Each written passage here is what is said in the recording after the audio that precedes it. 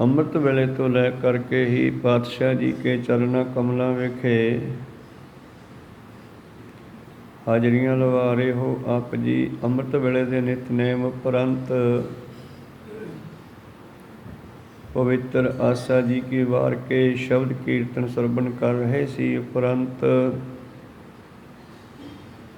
ਚੱਲ ਰਹੀ ਲੜੀਵਾਰ ਕਥਾ ਮੁਤਾਬਕ ਪਵਿੱਤਰ ਸ਼ਬਦ ਦਾ ਪਾਠ ਸਰਵਣ ਕੀਤਾ ਜੀ।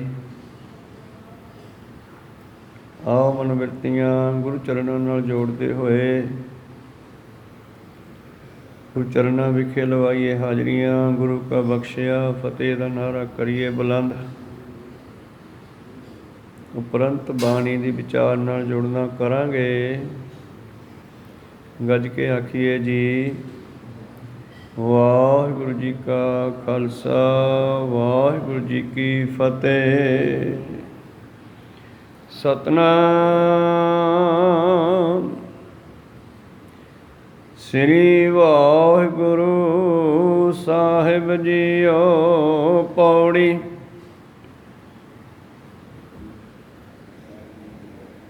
ਆਪੇ ਕੁਦਰਤ ਸਾਜ ਕੈ ਆਪੇ ਕਰੇ ਵਿਚਾਰ, ਖੋਟੇ ਖਰੇ ਆਪੇ ਪਰਖਣਹਾਰ। ਖਰੇ ਖਜ਼ਾਨੇ ਪਾਈਐ ਖੋਟੇ ਸਟੀਐ ਬਾਰ ਬਾਰ। ਖੋਟੇ ਸੱਚੀ ਦਰਗਹਿ ਸੁਟੀਐ ਕਿਸ ਆਗੈ ਕਰੈ ਪੁਕਾਰ। ਸਤਿਗੁਰ ਪਿਛੈ ਭਜ ਪਵੈ ਇਹਾ ਕਰਨੀ ਸਾਰ। ਸਤਿਗੁਰ ਪਿਛੈ ਭਜ ਪਵੈ ਇਹਾ ਕਰਨੀ ਸਾਰ। ਵਾਹਿਗੁਰੂ। ਇਹ ਪਵਿੱਤਰ ਬਚਨ ਪਹਿਲੇ ਪਾਤਸ਼ਾਹ ਧੰਨ ਧੰਨ ਸਾਹਿਬ ਸ੍ਰੀ ਗੁਰੂ ਨਾਨਕ ਦੇਵ ਮਹਾਰਾਜ ਜੀ ਦਾ ਉਚਾਰਨ ਕੀਤਾ ਹੋਇਆ, ਜਿਸ ਦੇ 2 ਸ਼ਲੋਕ ਆਪਾਂ ਪਿਛਲੇ ਦਿਨੀ ਸਰਵਣ ਕੀਤੇ ਸੀ। ਸਤਿਗੁਰੂ ਦੱਸ ਰਹੇ ਸੀ ਕਿ ਪਰਮੇਸ਼ਰ ਦੇ ਨਾਲ ਸਾਡਾ ਮਿਲਾਪ ਕਿਵੇਂ ਹੋ ਸਕਦਾ। ਕੱਲ੍ਹ ਆਪਾਂ ਸਰਵਣ ਕੀਤਾ ਸੀ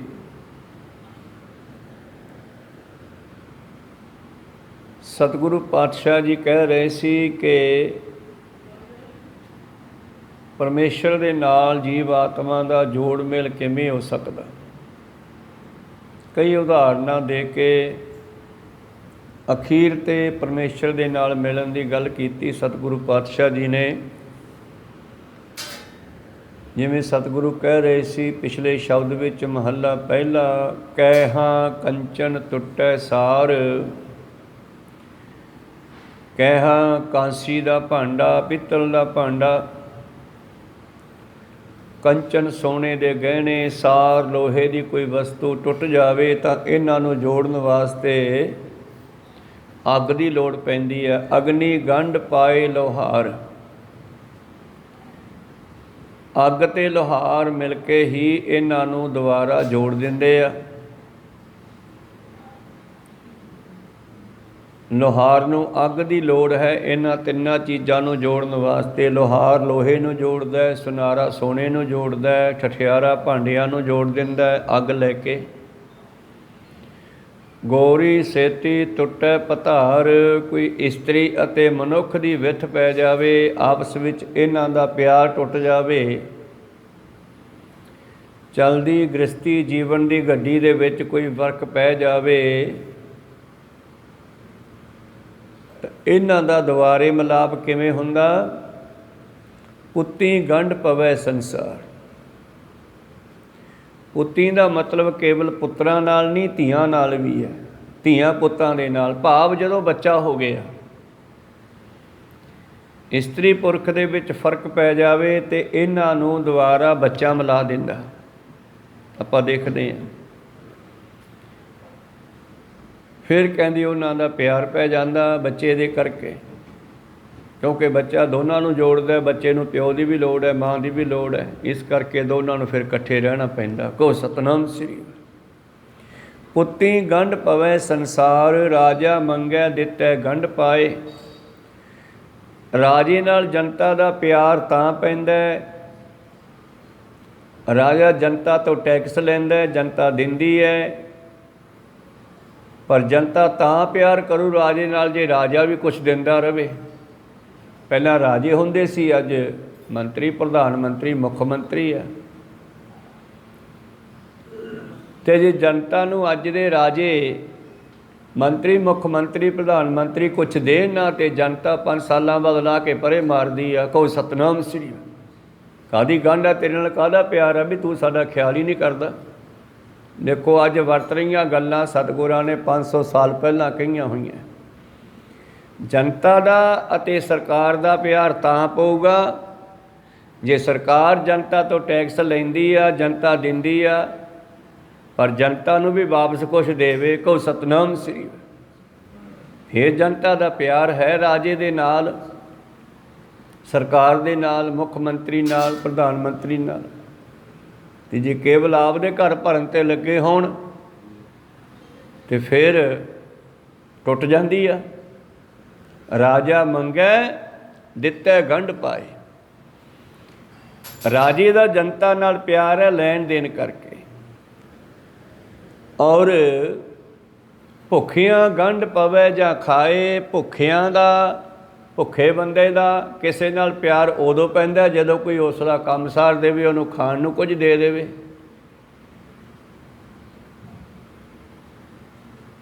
ਇੱਕ ਭਿਆਨਕ ਕੁੱਤਾ ਵੀ ਹੋਵੇ ਨਾ, ਉਹਨੂੰ ਅਸੀਂ ਰੋਟੀ ਪਾਉਣ ਲੱਗ ਜਾਈਏ, ਉਹ ਵੀ ਵੱਢਣੋਂ ਹਟ ਜਾਂਦਾ, ਕਹੋ ਸਤਨਾਮ ਸ੍ਰੀ। ਅਤੇ ਮਨੁੱਖ ਦਾ ਮਨੁੱਖ ਦੇ ਨਾਲ ਪਿਆਰ ਕਿਵੇਂ ਨਾ ਪਵੇ। ਕਿਸੇ ਭੁੱਖੇ ਬੰਦੇ ਨੂੰ ਭੁੱਖ ਲੱਗੀ ਆ ਤਾਂ ਅਗਰ ਅਸੀਂ ਉਸ ਨੂੰ ਕੁਝ ਖਾਣ ਨੂੰ ਦੇ ਦਈਏ, ਭੁੱਖਿਆਂ ਗੰਢ ਪਵੈ ਜਾਂ ਖਾਏ, ਉਹਨਾਂ ਦਾ ਸੰਬੰਧ ਪੈਂਦਾ ਇੱਕ ਦੂਜੇ ਦੇ ਨਾਲ। ਜਦੋਂ ਕੋਈ ਉਸ ਨੂੰ ਉਹਦੀ ਲੋੜ ਪੂਰੀ ਕਰ ਦੇਵੇ, ਉਹਨੂੰ ਖਾਣ ਨੂੰ ਕੁਝ ਦੇ ਦੇਵੇ। ਭੁੱਖਿਆਂ ਗੰਢ ਪਵੈ ਜਾਂ ਖਾਏ, ਕਾਲਾ ਗੰਢ ਨਦੀਆਂ ਮੀਂਹ ਝੋਲ। ਧਰਤੀ ਦਾ ਆਕਾਸ਼ ਨਾਲ ਕਦੋਂ ਪਿਆਰ ਪੈਂਦਾ, ਜਦੋਂ ਧਰਤੀ ਦੇ ਉੱਤੇ ਮੀਂਹ ਵਰ ਜਾਵੇ, ਜਦੋਂ ਕਾਲ ਖਤਮ ਹੋ ਜਾਵੇ। ਅਕਾਲ ਜਿਹੜਾ ਕਿ ਦੁਨੀਆ ਵਿੱਚ ਫਸਲਾਂ ਹੋਣੀਆਂ ਬੰਦ ਹੋ ਜਾਂਦੀਆਂ। ਪਾਤਸ਼ਾਹ ਜੀ ਕਹਿੰਦੇ ਇਸ ਤਰ੍ਹਾਂ ਧਰਤੀ ਅਤੇ ਅਸਮਾਨ ਦਾ ਪਿਆਰ ਮੀਂਹ ਕਰਕੇ ਹੈ, ਬਾਰਿਸ਼ ਕਰਕੇ ਹੈ। ਕਾਲਾ ਗੰਢ ਨਦੀਆਂ ਮੀਂਹ ਝੋਲ। ਗੰਢ ਪ੍ਰੀਤੀ ਮਿੱਠੇ ਬੋਲ। ਪ੍ਰੇਮ ਦੀ ਗੰਢ ਹੈ ਬੋਲਣ ਦੇ ਨਾਲ। ਪ੍ਰੇਮ ਬੋਲਣ ਨਾਲ ਪੈਦਾ ਹੁੰਦਾ, ਔਰ ਮਿੱਠਾ ਬੋਲਣ ਨਾਲ। ਕੌੜਾ ਬੋਲਣ ਨਾਲ ਪ੍ਰੇਮ ਟੁੱਟ ਜਾਂਦਾ, ਕਹੋ ਸਤਨਾਮ ਸ੍ਰੀ। ਜੇ ਪ੍ਰੇਮ ਪਾਉਣਾ ਕਿਸੇ ਨਾਲ ਤਾਂ ਉੱਥੇ ਬੋਲਬਾਣੀ ਵੇਖਣੀ ਪਊਗੀ। ਜਾਂ ਬੋਲਿਆ ਤਾਂ ਕੱਢਿਆ ਵਿਚਾਰ। ਜਦੋਂ ਬੰਦਾ ਬੋਲਦਾ ਹੈ ਤਾਂ ਫਿਰ ਪਤਾ ਲੱਗਦਾ ਵਿੱਚੋਂ ਕਿਹੋ ਜਿਹਾ ਹੋਵੇਗਾ। ਤਾਂ ਪ੍ਰੀਤਮ ਜੀ ਕਹਿੰਦੇ ਗੰਢ ਪ੍ਰੀਤੀ ਮਿੱਠੇ ਬੋਲ। ਪ੍ਰੇਮ ਪੈਂਦਾ ਮਿੱਠਾ ਬੋਲ ਕੇ। ਵੇਦਾਂ ਗੰਢ ਬੋਲੇ ਸੱਚ ਕੋਏ। ਵੇਦ ਭਾਵ ਗ੍ਰੰਥ। ਚਾਹੇ ਸਾਡੇ ਧੰਨ ਧੰਨ ਸ਼੍ਰੀ ਗ੍ਰੰਥ ਸਾਹਿਬ ਜੀ ਮਹਾਰਾਜ ਹਨ, ਚਾਹੇ ਗੁਰੂ ਪਿਆਰਿਓ ਉਹਨਾਂ ਦਾ ਕੁਰਾਨ ਹੈ, ਉਹਨਾਂ ਦੇ ਪੁਰਾਣ ਹੈ, ਵੇਦ ਹੈ। ਅਤੇ ਇਹਨਾਂ ਗ੍ਰੰਥਾਂ ਦੇ ਮੁਤਾਬਕ ਚੱਲ ਕੇ ਅਸੀਂ ਗ੍ਰੰਥਾਂ ਦੇ ਰਚਨਹਾਰ ਗੁਰੂ ਨਾਲ ਪਿਆਰ ਪਾ ਸਕਦੇ ਹਾਂ। ਭਾਵ ਗ੍ਰੰਥ ਨਾਲ ਪਿਆਰ ਤਾਂ ਹੈ ਤੁਹਾਡਾ ਜੇ ਸ਼੍ਰੀ ਗੁਰੂ ਗ੍ਰੰਥ ਸਾਹਿਬ ਜੋ ਕਹਿੰਦੇ ਆ ਉਹਦੇ ਮੁਤਾਬਕ ਚੱਲਾਂਗੇ। ਗੱਲ ਹੁਣ ਆਪਣੇ 'ਤੇ ਕਰ ਲਓ, ਆਪਾਂ ਹੀ ਗੱਲ ਕਰਦੇ ਹਾਂ। ਉਹ ਆਪਦੇ ਵੇਦਾਂ ਮੁਤਾਬਕ ਚੱਲਣ, ਉਹ ਆਪਦੇ ਕੁਰਾਨ ਦੇ ਮੁਤਾਬਕ ਚੱਲਣ, ਤਾਂ ਗ੍ਰੰਥਾਂ ਦੇ ਨਾਲ ਪ੍ਰੀਤ ਪੈ ਸਕਦੀ ਆ। ਇਸ ਗੱਲ ਨੂੰ ਕਿੰਨਾ ਕਲੀਅਰ ਤੀਜੇ ਪਾਤਸ਼ਾਹ ਨੇ ਕੀਤਾ ਹੈ। ਸੋ ਸਿੱਖ ਸਖਾ ਬੰਧ ਪਹਿ ਭਾਈ। ਜੇ ਗੁਰ ਕੇ ਭਾਣੇ ਵਿੱਚ ਆਵੈ, ਆਪਣੇ ਭਾਣੇ ਜੋ ਚੱਲੈ ਭਾਈ। ਵਿਛੜ ਚੋਟਾਂ ਖਾਵੈ। ਜਿਹੜਾ ਆਪਦੀ ਮਰਜ਼ੀ ਨਾਲ ਚੱਲਦਾ ਫਿਰ ਉਹ ਮਾਲਕ ਤੋਂ ਵਿਛੜ ਜਾਂਦਾ। ਕਿਉਂਕਿ ਵੇਦਾਂ ਦੇ ਵਿੱਚ, ਗ੍ਰੰਥਾਂ ਦੇ ਵਿੱਚ ਜਾਂ ਧੰਨ ਧੰਨ ਸ਼੍ਰੀ ਗ੍ਰੰਥ ਸਾਹਿਬ ਮਹਾਰਾਜ ਜੀ ਦੇ ਵਿੱਚ ਜੋ ਬਾਣੀ ਹੈ ਉਹ ਗੁਰੂ ਦੀ ਹੈ, ਅਤੇ ਗੁਰੂ ਨਾਲ ਪਿਆਰ ਪਾਉਣਾ ਅਤੇ ਗੁਰੂ ਦੀ ਬਾਣੀ ਮੁਤਾਬਕ ਚੱਲ ਪਓ।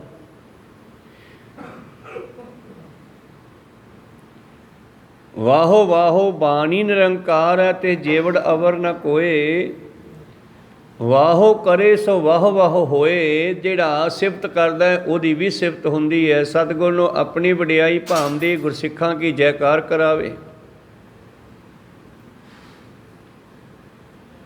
ਗੁਰਬਾਣੀ ਬਣੀਐ ਭਾਈ, ਸਤਿਗੁਰ ਪਾਤਸ਼ਾਹ ਕਹਿੰਦੇ ਗੁਰਬਾਣੀ ਬਣ ਜਾਓ। ਗੁਰਬਾਣੀ ਬਣਨ ਦਾ ਮਤਲਬ ਗੁਰਬਾਣੀ ਵਰਗੇ ਬਣ ਜਾਣਾ। ਜਿਵੇਂ ਗੁਰਬਾਣੀ ਕਹਿੰਦੀ ਆ ਉਵੇਂ ਚੱਲਣਾ ਸ਼ੁਰੂ ਕਰ ਦਈਏ। ਤਾਂ ਵੇਦਾਂ ਗੰਢ ਨੇਕੀ, ਵੇਦਾਂ ਗੰਢ ਬੋਲੇ ਸੱਚ ਕੋਏ, ਵੇਦਾਂ ਗੰਢ ਬੋਲੇ ਸੱਚ ਕੋਏ। ਗੁਰਬਾਣੀ ਨਾਲ ਤਾਂ ਪਿਆਰ ਹੈ, ਗੁਰਬਾਣੀ ਕਹਿੰਦੀ ਸੱਚ ਬੋਲੋ, ਅਸੀਂ ਸੱਚ ਬੋਲੀਏ। ਜੇ ਅਸੀਂ ਝੂਠ ਬੋਲੀਏ ਤੇ ਗੁਰਬਾਣੀ ਕਹਿੰਦੀ ਸੱਚ ਬੋਲੋ, ਫਿਰ ਆਪਣਾ ਗ੍ਰੰਥ ਸਾਹਿਬ ਨਾਲ ਪਿਆਰ ਨਹੀਂ ਹੈ। ਕਹੋ ਸਤਿਨਾਮ ਸ੍ਰੀ। ਤੋ ਗ੍ਰੰਥ ਸਾਹਿਬ ਦੇ ਨਾਲ ਪਿਆਰ ਹੈ ਜਦੋਂ ਅਸੀਂ ਸੱਚ ਬੋਲਾਂਗੇ। ਵੇਦਾਂ ਗੰਢ ਬੋਲੇ ਸੱਚ ਕੋਏ, ਮੋਇਆਂ ਗੰਢ ਨੇਕੀ ਸੱਤ ਹੋਏ। ਮਰਿਆਂ ਹੋਇਆਂ ਨੂੰ ਕੌਣ ਯਾਦ ਕਰਦਾ ਹੈ? ਜਿਹੜੇ ਇਦੋਂ ਪਹਿਲਾਂ ਮਰ ਚੁੱਕੇ ਨੇ ਉਹਨਾਂ ਨੂੰ ਕੌਣ ਯਾਦ ਕਰਦਾ ਹੈ?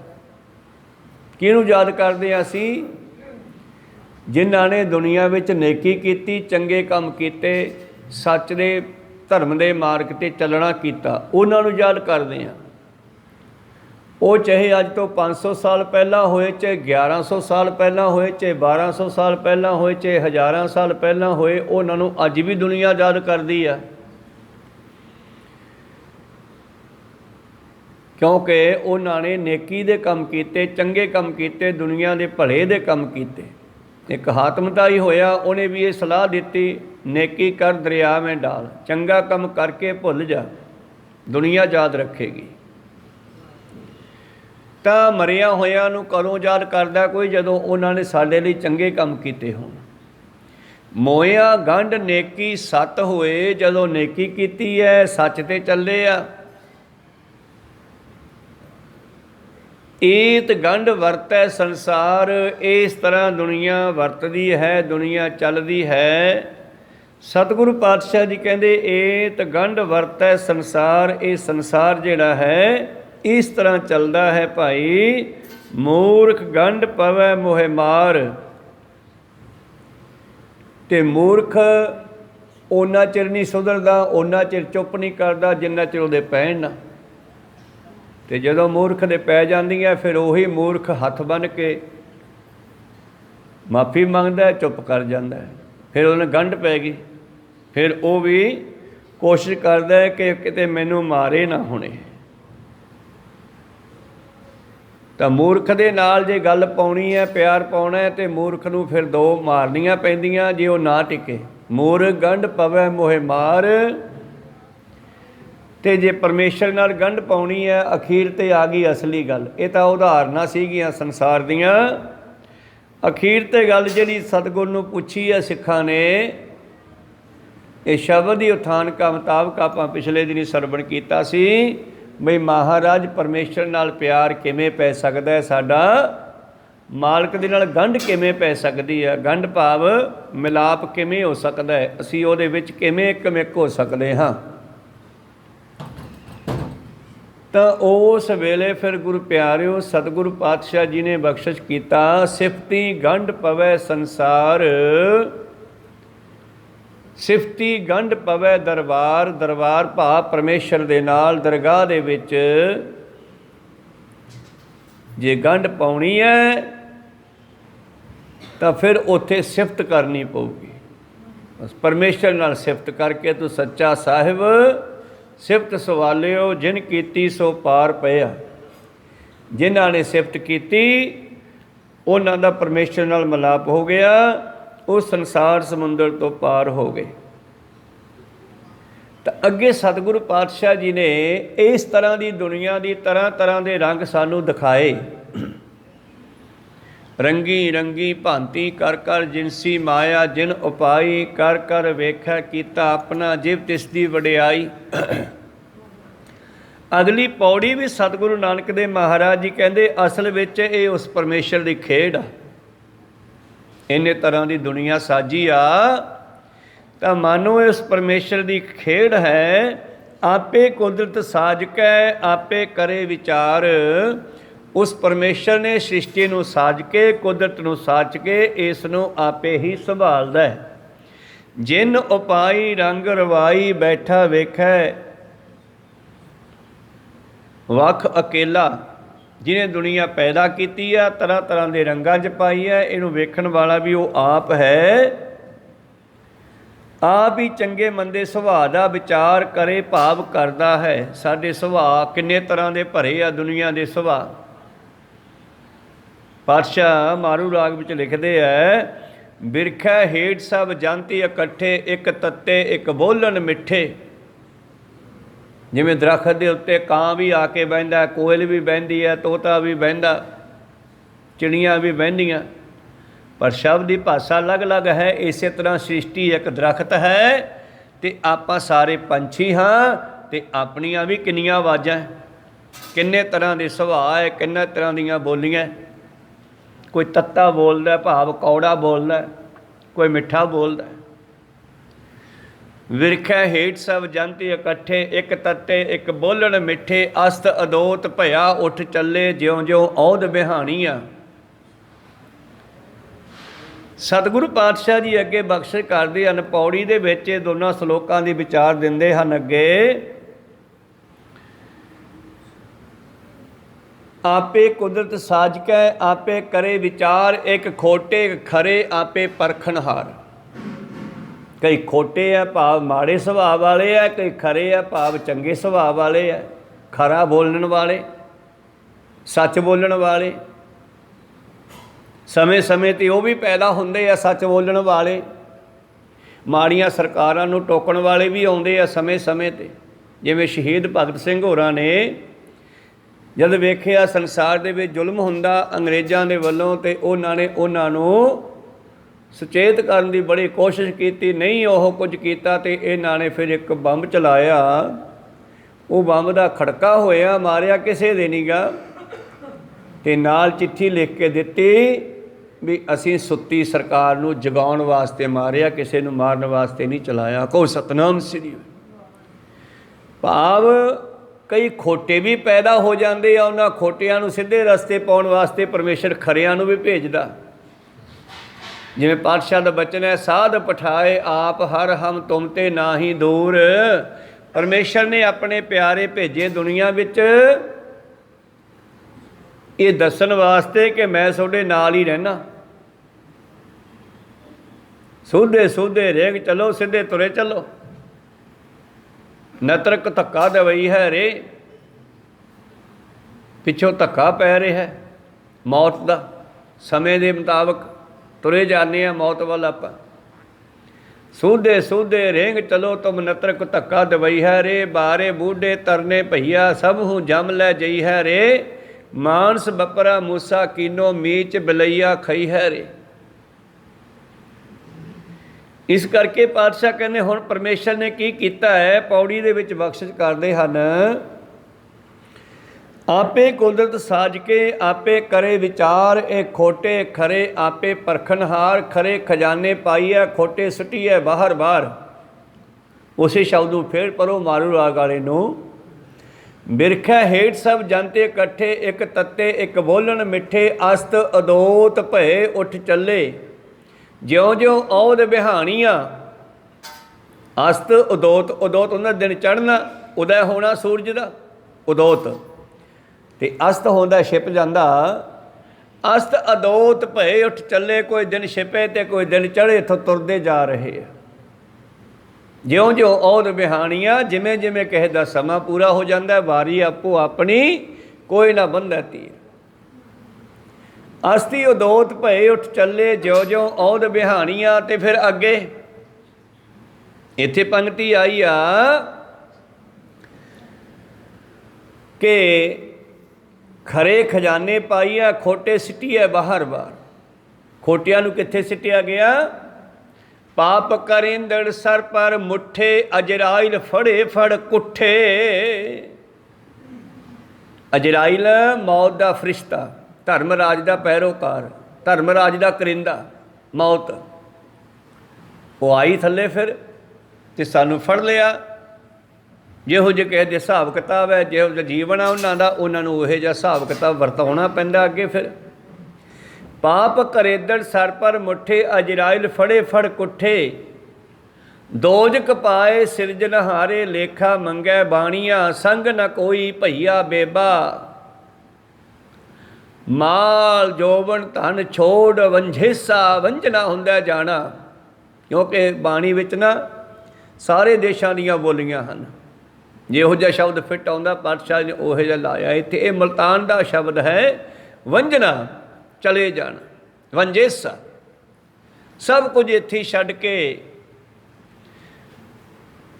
ਮਾਲ ਜੋਬਨ ਧਨ ਛੋੜ ਵੰਝੇਸਾ,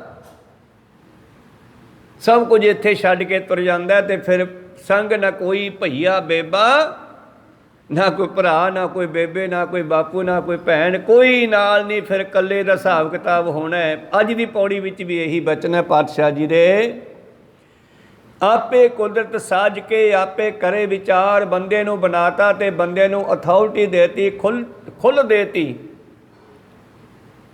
ਹੁਣ ਬੰਦੇ ਨੂੰ ਖੁੱਲ੍ਹ ਵੀ ਦਿੱਤੀ ਆ, ਨਾਲ ਦਿਮਾਗ ਵੀ ਦਿੱਤਾ, ਤੇ ਨਾਲ ਸਮਝਾਉਣ ਵਾਲੇ ਗੁਰੂ ਨਾਨਕ ਵਰਗੇ ਮਹਾਂਪੁਰਸ਼ ਪਰਮੇਸ਼ਰ ਦੇ ਪਿਆਰੇ ਭਗਤ ਵੀ ਆਏ। ਖੁਦ ਵੀ ਆਇਆ ਗੁਰੂ ਨਾਨਕ ਬਣ ਕੇ, ਸਾਧ ਪਠਾਏ ਆਪ ਹਰ ਹਮ ਤੁਮ ਤੇ ਨਾਹੀ ਦੂਰ। ਤਾਂ ਸਤਿਗੁਰੂ ਪਾਤਸ਼ਾਹ ਜੀ ਕਹਿੰਦੇ ਇਸ ਤਰ੍ਹਾਂ ਕੁਦਰਤ ਨੂੰ ਬਣਾ ਕੇ ਆਪ ਹੀ ਇਸ 'ਤੇ ਵਿਚਾਰ ਵੀ ਕਰਦਾ ਹੈ, ਸਾਨੂੰ ਦੇਖਦਾ ਹੈ। ਜਿਨ ਉਪਾਈ ਰੰਗ ਰਵਾਈ, ਬੈਠਾ ਵੇਖੈ ਵੱਖ ਅਕੇਲਾ, ਸਾਨੂੰ ਵੇਖਦਾ ਵੀ ਹੈ। ਇਹ ਖੋਟੇ ਇਹ ਖਰੇ ਆਪੇ ਪਰਖਣਹਾਰ, ਤੇ ਖੋਟੇ ਖਰੇ ਦੀ ਪਰਖ ਵੀ ਕਰਦਾ, ਜਿਵੇਂ ਸੁਨਿਆਰਾ ਕਰਦਾ, ਖੋਟੇ ਖਰੇ ਦੀ ਪਰਖ ਵੀ ਕਰਦਾ ਹੈ। ਖੋਟੇ ਖਰੇ ਖਜ਼ਾਨੇ ਪਾਈਏ, ਖੋਟੇ ਸੱਟੀਏ ਬਾਹਰ ਬਾਹਰ। ਜਿਹੜੇ ਖਰੇ ਹੁੰਦੇ ਆ ਉਹਨਾਂ ਨੂੰ ਆਪਣੇ ਖਜ਼ਾਨੇ ਵਿੱਚ ਪਾ ਲੈਂਦਾ ਹੈ, ਭਾਵ ਆਪਦੇ ਵਿੱਚ ਮਿਲਾ ਲੈਂਦਾ ਹੈ। ਫਿਰ ਜਦੋਂ ਸਮਾਂ ਆਉਂਦਾ ਸੰਸਾਰ ਦੇ ਵਿੱਚ ਲੋੜ ਪੈਂਦੀ ਆ, ਜਦੋਂ ਧਰਮ ਖਰਾਬ ਹੋ ਜਾਂਦਾ, ਫਿਰ ਉਹਨਾਂ ਰੂਹਾਂ ਨੂੰ ਭੇਜਦਾ ਵੀ ਜਾਓ ਹੁਣ ਤੁਸੀਂ ਫਿਰ ਜਾਓ ਦੁਨੀਆ ਵਿੱਚ। ਪਰਮੇਸ਼ਰ ਦੀ ਦਰਗਾਹ ਦੇ ਉੱਤੇ ਬੇਅੰਤ ਹੀ ਇਹੋ ਜਿਹੀਆਂ ਰਿਸ਼ੀਆਂ ਮੁਨੀਆਂ ਦੀਆਂ ਰੂਹਾਂ ਬੈਠੀਆਂ ਜਿਹੜੀਆਂ ਆਗਿਆ ਮੰਗਦੀਆਂ ਵੀ ਸਾਨੂੰ ਮਹਾਰਾਜ ਸੇਵਾ ਬਖਸ਼ੋ, ਮਾਤਲੋਕ ਵੀ ਜਾਣ ਦੀ ਕੋਈ। ਜਿਸ ਵੇਲੇ ਔਰੰਗਜ਼ੇਬ ਦਾ ਜ਼ੁਲਮ ਵਧਿਆ ਹੋਇਆ ਸੀਗਾ, ਉਸ ਵੇਲੇ ਪਰਮੇਸ਼ਰ ਨੇ ਨਿਗਾਹ ਮਾਰੀ ਵੀ ਕਿਹਨੂੰ ਭੇਜੀਏ।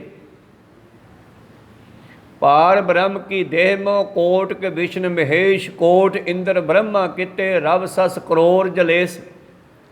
ਦੇਹ ਦਾ ਮਤਲਬ ਉਹਦੇ ਸਰੀਰ ਵਿੱਚ, ਭਾਵ ਉਸ ਦੇ ਸਾਹਮਣੇ। ਇਹ ਸਾਰਾ ਵਿਰਾਟ ਹੈ ਜਿਹੜਾ, ਇਹ ਉਹਦਾ ਸਰੀਰ ਹੈ। ਸਾਰੀ ਕੁਦਰਤ ਪਰਮੇਸ਼ਰ ਦਾ ਵਿਰਾਟ ਸਰੂਪ ਹੈ। ਇਹਦੇ ਵਿੱਚ ਕਿੰਨੇ ਤਰ੍ਹਾਂ ਤਰ੍ਹਾਂ ਦੀਆਂ ਰੂਹਾਂ ਰਹਿੰਦੀਆਂ, ਮਾਤਲੋਕ ਵਿੱਚ ਸਰੀਰ ਕਰਕੇ ਵੀ ਰਹਿੰਦੀਆਂ, ਬਿਨਾਂ ਸਰੀਰ ਤੋਂ ਉਹਦੇ ਸਾਹਮਣੇ ਸੱਚਖੰਡ ਵਿੱਚ ਵੀ ਰਹਿੰਦੀਆਂ ਕਹਿੰਦੇ। ਫਿਰ ਉਸਨੇ ਖਿਆਲ ਕੀਤਾ ਵੀ ਜ਼ੁਲਮ ਬਹੁਤ ਵੱਧ ਗਿਆ ਦੁਨੀਆ ਦੇ ਉੱਤੇ, ਹੁਣ ਮੈਂ ਕਿਹਨੂੰ ਭੇਜਾਂ ਜਿਹੜਾ ਜਾ ਕੇ ਜ਼ੁਲਮ ਨੂੰ ਖਤਮ ਕਰੇ। ਔਰੰਗਜ਼ੇਬ ਦੀ ਬਰਾਬਰੀ ਕਿਹੜਾ ਕਰ ਸਕਦਾ। ਪਰਮੇਸ਼ਰ ਨੇ ਸਾਰਿਆਂ 'ਤੇ ਨਿਗਾਹ ਮਾਰੀ, ਪਰ ਕਿਸੇ ਦਾ ਵੀ ਜਿਹੜਾ ਹੈ ਤਪੱਸਿਆ ਉਹਦੇ ਬਰਾਬਰ ਨਾ ਨਿਕਲੀ। ਅਖੀਰ ਉਹਨਾਂ ਦਾ ਧਿਆਨ ਜਾ ਖੜਿਆ ਦੁਸ਼ਟ ਦਮਨ ਦੇ ਉੱਪਰ, ਬਈ ਇਹੋ ਹੀ ਕੰਮ ਕਰ ਸਕਦਾ ਹੈ। ਯਦੈ ਯਦੈ ਧਰਮ ਗਲਾਨੀ, ਜਦੋਂ ਜਦੋਂ ਧਰਮ ਦੇ ਵਿੱਚ ਗਿਰਾਵਟ ਆਉਂਦੀ ਹੈ, ਗਲਿਆਨੀ ਆਉਂਦੀ ਹੈ, ਭਾਵ ਦੁਨੀਆ ਮਾੜੀ ਹੋ ਜਾਂਦੀ ਆ, ਉਦੋਂ ਫਿਰ ਉਹ ਭੇਜਦਾ ਕੋਈ ਬੰਦਾ ਜਿਹੜਾ ਆ ਕੇ ਇਹਨਾਂ ਵਿਗੜਿਆਂ ਤਿਗੜਿਆਂ ਨੂੰ ਸਿੱਧੇ ਪਾਉਂਦਾ। ਇਹ ਖੋਟੇ ਖਰੇ ਆਪੇ ਪਰਖਣਹਾਰ, ਖਰੇ ਖਜ਼ਾਨੇ ਪਾਈਐ, ਖੋਟੇ ਸੱਟੀਐ ਬਾਹਰ ਬਾਹਰ, ਖੋਟੇ ਸੱਚੀ ਦਰਗਾਹ ਸੁੱਟੀਐ, ਕਿਸੇ ਆਗੈ ਕਰੇ ਪੁਕਾਰ। ਸੱਚੀ ਦਰਗਾਹ ਵੀ ਸਿੱਟੇ ਜਾਂਦੇ ਆ, ਕਿੱਥੇ? ਹਿਮਾਤ ਲੋਕੀ ਉਹਦੀ ਦਰਗਾਹ ਹੈ, ਕੋਈ ਸਤਨਾਮ ਸੀ। ਇੱਥੇ ਹੀ ਫਿਰ ਸਜ਼ਾ ਦਿੱਤੀ ਜਾਂਦੀ ਹੈ। ਫਿਰ ਵੇਖਦੇ ਆ ਵੀ ਹੁਣ ਕਿਹਨੂੰ ਕਹੀਏ। ਫਿਰ ਉਹਨਾਂ ਦਾ ਕਿਤੇ ਹੱਥ ਨਹੀਂ ਪੈਂਦਾ, ਬਸ ਫਿਰ ਭੋਗਣਾ ਹੀ ਪੈਂਦਾ ਹੈਗਾ। ਟੇਡੀਆਂ ਜੂਨਾਂ ਵਿੱਚ ਪਾ ਕੇ ਫਿਰ ਉਹਨਾਂ ਨੂੰ ਫਲ ਭੋਗਾਉਂਦਾ ਹੈ। ਕਈ ਜਨਮ ਪੈ ਕੀਟ ਪਤੰਗਾ, ਕਈ ਜਨਮ ਗਜ ਬੀਨ ਕੁਰੰਗਾ, ਕਈ ਜਨਮ ਪੰਖੀ ਸਰਪ ਹੋਇਓ, ਕਈ ਜਨਮ ਹੈਵਰ ਬਿਰਖ ਜੋਇਓ, ਮਿਲ ਜਗਦੀਸ਼ ਮਿਲਨ ਕੀ ਬਰੀਆ। ਇਸ ਤਰ੍ਹਾਂ ਸਤਿਗੁਰੂ ਪਾਤਸ਼ਾਹ ਜੀ ਅੱਗੇ ਬਖਸ਼ਿਸ਼ ਕਰਦੇ ਹਨ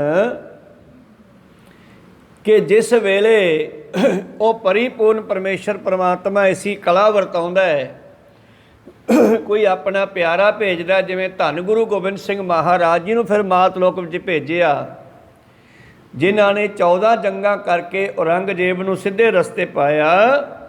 ਸਤਿਗੁਰੂ ਪਾਤਸ਼ਾਹ ਜੀ ਕਹਿੰਦੇ, ਖਰੇ ਖਜ਼ਾਨੇ ਪਾਈਐ, ਖੋਟੇ ਸੱਟੀਐ ਬਾਹਰ ਬਾਹਰ। ਚੰਗੇ ਸੁਭਾਅ ਵਾਲੇ ਧਰਮੀ ਪੁਰਖ ਪਰਮੇਸ਼ਰ ਵਿੱਚ ਅਭੇਦ ਹੋ ਜਾਂਦੇ ਨੇ, ਔਰ ਭੈੜੇ ਸੁਭਾਅ ਵਾਲਿਆਂ ਨੂੰ ਬਾਹਰ ਥੱਲੇ ਦੁਨੀਆ ਵਿੱਚ ਦੁਬਾਰਾ ਸੁੱਟਿਆ ਜਾਂਦਾ ਹੈ, ਸੰਸਾਰ ਦੀ ਦਰਗਾਹ ਵਿੱਚ ਸੁੱਟਿਆ ਜਾਂਦਾ ਹੈ, ਅਤੇ ਉਹਨਾਂ ਨੂੰ ਫਿਰ ਅਨੇਕਾਂ ਤਰ੍ਹਾਂ ਦੀਆਂ ਟੇਢੀਆਂ ਜੂਨਾਂ ਵਿੱਚ ਪਾਇਆ ਜਾਂਦਾ ਹੈ। ਫਿਰ ਉਹ ਕਿਸੇ ਅੱਗੇ ਕਰੇ ਪੁਕਾਰ ਫਰਿਆਦ ਕਰਨਗੇ।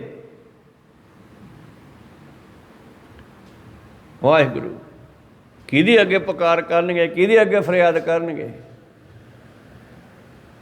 ਮਾਤ ਲੋਕ ਦੇ ਵਿੱਚ ਆ ਕੇ ਜਿਨ੍ਹਾਂ ਲੋਕਾਂ ਨੇ ਪਰਮੇਸ਼ਰ ਦੇ ਹੀ ਐਂਟੀ ਚੱਲਣਾ ਕੀਤਾ, ਪਰਮੇਸ਼ਰ ਦੇ ਪਿਆਰਿਆਂ ਦੀ ਬੇਅਦਬੀ ਹੋਈ, ਪਰਮੇਸ਼ਰ ਦੇ ਧਾਰਮਿਕ ਗ੍ਰੰਥਾਂ ਦੀ ਬੇਅਦਬੀ ਹੋਈ, ਹੁਣ ਉਹ ਪਰਮੇਸ਼ਰ ਦੇ ਅੱਗੇ ਕਿਹੜੇ ਮੂੰਹ ਨਾਲ ਪੁਕਾਰ ਕਰਨ ਵੀ ਸਾਨੂੰ ਬਖਸ਼ ਦੇ? ਕਹੋ ਸਤਨਾਮ ਸ੍ਰੀ।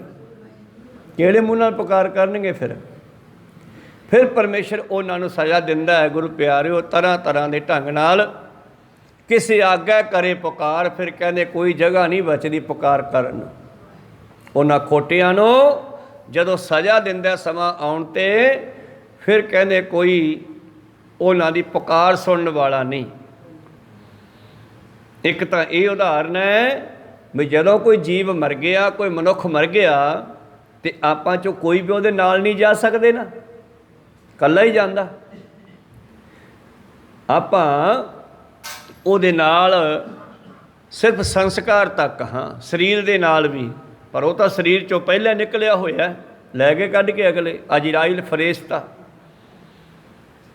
ਮੌਤ ਦਾ ਫਰਿਸ਼ਤਾ ਲੈ ਗਿਆ ਕੱਢ ਕੇ। ਜਿੱਤ ਦਿਹਾੜੇ ਧਨਵਰੀ ਸਾਹੇ ਲਏ ਲਿਖਾਏ, ਮਲਕ ਜੇ ਕੰਨੀ ਸੁਣੀ ਦਾ ਮੂੰਹ ਦਿਖਾਲੇ ਆਏ। ਜਿੰਦ ਨਿਮਾਣੀ ਕੱਢ ਗਿਆ, ਹੱਡਾਂ ਕੋ ਕੜਕਾਏ, ਲੈ ਗਏ ਕੱਢ ਕੇ। ਅਤੇ ਆਪਾਂ ਵੱਧ ਤੋਂ ਵੱਧ ਸੰਸਕਾਰ ਤੱਕ, ਸੇਵਿਆਂ ਤੱਕ ਉਹਦੇ ਕੋਲ ਜਾਂਦੇ ਹਾਂ। ਸਰੀਰ ਨੂੰ ਵੀ ਅੱਗ ਵਿੱਚ ਪਾ ਕੇ ਉੱਥੇ ਵੀ ਡੱਕੇ ਤੋੜ ਕੇ ਵਿਸੜ ਦਿੰਦੇ ਹਾਂ ਵੀ ਨਾ ਤੂੰ ਸਾਡਾ, ਨਾ ਅਸੀਂ ਤੇਰੇ ਮਿੱਤਰਾ, ਹੁਣ ਸਾਡਾ ਕੋਈ ਤੇਰੇ ਨਾਲ ਸੰਬੰਧ ਨਹੀਂ ਹੈਗਾ, ਅਸੀਂ ਤੇਰੇ ਕੋਈ ਜ਼ਿੰਮੇਵਾਰ ਨਹੀਂ, ਹੁਣ ਆਪਣੀ ਕੀਤੀ ਆਪੇ ਭੋਗ। ਅਤੇ ਫਿਰ ਭੋਗਦੇ ਆ, ਫਿਰ ਰੋਂਦੇ ਆ, ਫਿਰ ਬਿਲਕਦੇ ਆ, ਕਿਸੇ ਆਗਿਆ ਕਰੇ ਪੁਕਾਰ। ਫਿਰ ਕੋਈ ਪੁਕਾਰ ਸੁਣਨ ਵਾਲਾ ਦਿਸਦਾ ਨਹੀਂ। ਜਦੋਂ ਦੁਨੀਆ ਵਿੱਚ ਆ ਕੇ ਮਨ ਆਈਆਂ ਕਰਦੇ ਆ।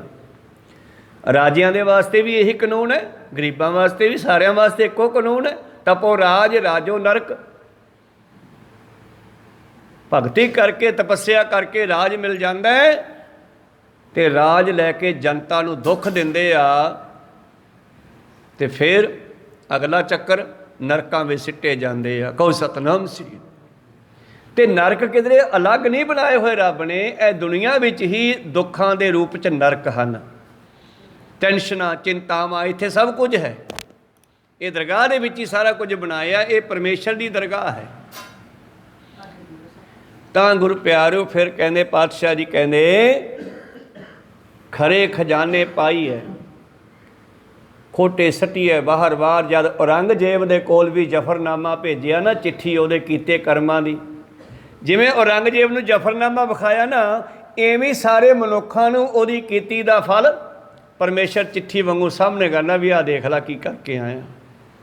ਫਿਰ ਜ਼ਫਰਨਾਮਾ ਜਦ ਪੜ੍ਹਿਆ ਔਰੰਗਜ਼ੇਬ ਨੇ, ਜਿਉਂਦੇ ਜਿਉਂਦੇ ਪ੍ਰੀਤਮ ਨੇ, ਗੁਰੂਆਂ ਨੇ, 10 ਗੁਰੂਆਂ ਨੇ ਕਮਾਲ ਕਰਤੀ। ਜੋ ਚੀਜ਼ਾਂ ਬੜੀਆਂ ਲੁਕੀਆਂ ਹੋਈਆਂ ਸੀ, ਜਿਨ੍ਹਾਂ ਦੀ ਸਮਝ ਨਹੀਂ ਸੀ ਆਉਂਦੀ, ਸਤਿਗੁਰ ਨੇ ਪ੍ਰਤੱਖ ਕਰਤੀਆਂ।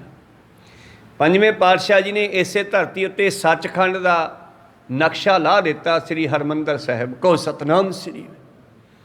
ਗੁਰੂਆਂ ਨੇ ਜੋ ਚੀਜ਼ਾਂ ਦੀ ਸਮਝ ਨਹੀਂ ਸੀ ਆਉਂਦੀ ਵੀ ਇਹ ਕੀ ਹੈ, ਕਿੱਥੇ ਹੈ ਇਹ ਦਰਬਾਰ, ਕਿੱਥੇ ਹੈ ਦਰਗਾਹ, ਕਿੱਥੇ ਹੈ ਰੱਬ, ਕਿੱਥੇ ਬੈਠਾ? ਇੱਥੇ ਹੀ ਬੈਠਾ, ਇਹ ਦੁਨੀਆ ਦੇ ਉੱਤੇ ਹੀ ਬੈਠਾ। ਕਹੋ ਸਤਨਾਮ ਸ੍ਰੀ। ਜਿਨੋਂ ਪਾਈ ਰੰਗ ਰਵਾਈ ਬੈਠਾ ਵੇਖੈ, ਵੱਖ ਅਕੇਲਾ ਇੱਥੇ ਹੀ ਬੈਠਾ ਵੇਖ ਰਿਹਾ ਸਭ ਨੂੰ। ਔਰ ਸਮੇਂ ਸਮੇਂ 'ਤੇ ਜਦ ਸਮਾਂ ਪੂਰਾ ਹੁੰਦਾ ਹੈ ਉਸ ਨੂੰ ਸਜ਼ਾ ਵੀ ਦੇ ਦਿੰਦਾ ਗੁਰੂ ਪਾਤਸ਼ਾਹ ਕਹਿੰਦੇ। ਜਦੋਂ ਸਮਾਂ ਆਉਂਦਾ ਕਿਸੇ ਦਾ ਚੰਗੇ ਕਰਮ ਕੀਤੇ ਆ ਉਹਨੂੰ ਚੰਗੇ ਦਾ ਫਲ ਵੀ ਦੇ ਦਿੰਦਾ, ਮਾੜੇ ਦਾ ਫਲ ਵੀ ਦੇ ਦਿੰਦਾ। ਇਸ ਕਰਕੇ ਪਾਤਸ਼ਾਹ ਕਹਿੰਦੇ ਖਰੇ ਖਜ਼ਾਨੇ ਪਾਈਐ ਖੋਟੇ ਸਟੀਐ ਬਾਹਰ ਬਾਹਰ, ਖੋਟੇ ਸੱਚੀ ਦਰਗਹਿ ਸੁੱਟੀਐ ਕਿਸੇ ਆਗੈ ਕਰੇ ਪੁਕਾਰ। ਕਹਿੰਦੇ ਹੁਣ ਕੋਈ ਥਾਂ ਹੈਗਾ ਭੱਜਣ ਨੂੰ? ਕਹਿੰਦੇ ਨਹੀਂ ਮਹਾਰਾਜ। ਦੱਸੋ ਕਿੱਧਰ ਨੂੰ ਜਾਈਏ? ਕਹਿੰਦੇ ਸਤਿਗੁਰ ਪਿੱਛੇ ਭੱਜ ਪਵੈ। ਹੁਣ ਜਾਓ ਗੁਰੂ ਦੇ ਕੋਲ, ਕਹੋ ਸਤਿਨਾਮ। ਜੋ ਸਾਰੇ ਪਾਸਿਓਂ ਹੱਥ ਨਾ ਪਵੇ ਨਾ ਕਿਤੇ, ਫਿਰ ਅਸੀਂ ਇੱਥੇ ਆਉਣੇ ਆ ਗੁਰੂ ਦੇ ਚਰਨਾਂ ਵਿੱਚ। ਮਹਾਰਾਜ ਹੱਥ ਖੜੇ ਆ, ਹੁਣ ਕੁਛ ਨਹੀਂ ਹੁੰਦਾ, ਹੁਣ ਤੁਸੀਂ ਕੁਛ ਕਰੋ। ਫਿਰ ਇਹਨਾਂ ਦੇ ਕੋਲ ਆਉਣੇ ਆਪਾਂ। ਸਾਰਿਆਂ ਦੀ ਗੱਲ ਹੈ ਇਹ, ਮੇਰੀ ਵੀ ਹੈ, ਤੁਹਾਡੀ ਵੀ ਹੈ, ਸਭ ਦੀ ਹੈ, ਆਲ ਵਰਲਡ ਦੀ ਹੈ। ਹੋਰ ਕੋਈ ਥਾਂ ਹੀ ਨਹੀਂ ਹੈਗਾ।